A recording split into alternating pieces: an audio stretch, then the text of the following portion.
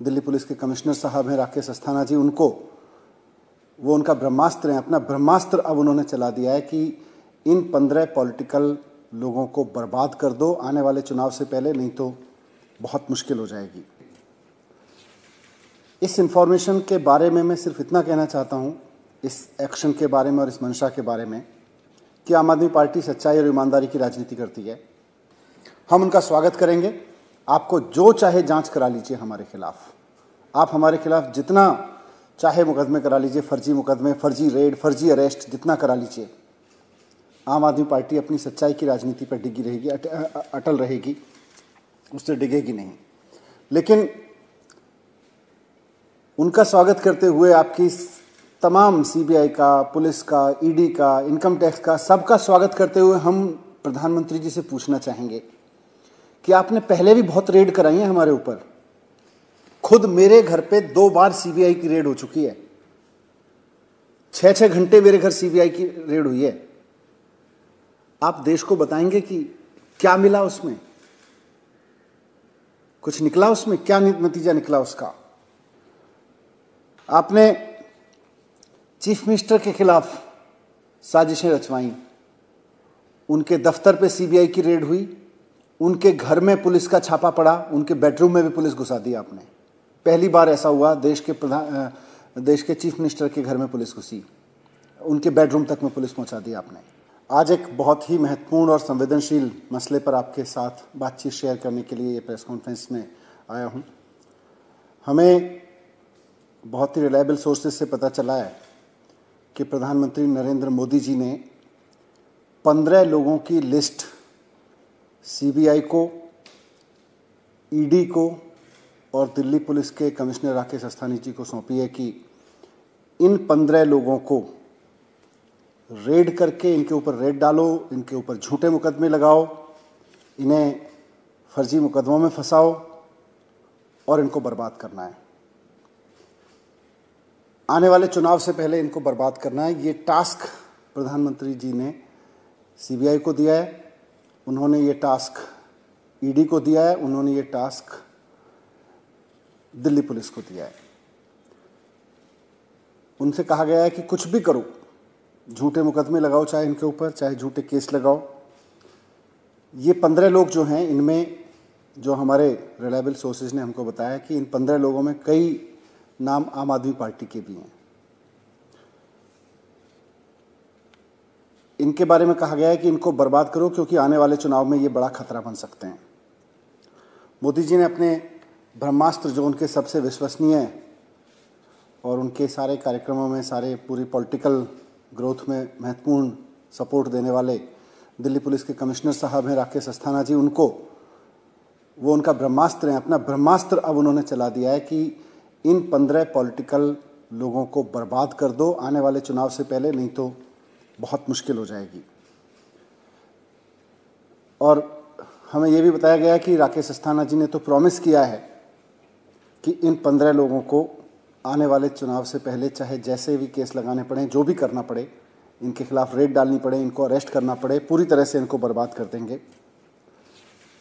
इस इंफॉर्मेशन के बारे में मैं सिर्फ इतना कहना चाहता हूँ, इस एक्शन के बारे में और इस मंशा के बारे में, कि आम आदमी पार्टी सच्चाई और ईमानदारी की राजनीति करती है।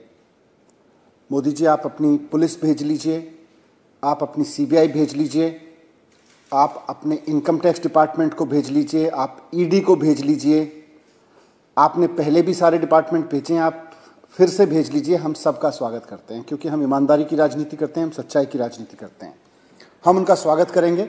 आपको जो चाहे जांच करा लीजिए हमारे खिलाफ, आप हमारे खिलाफ जितना चाहे मुकदमे करा लीजिए, फर्जी मुकदमे, फर्जी रेड, फर्जी अरेस्ट, जितना करा लीजिए।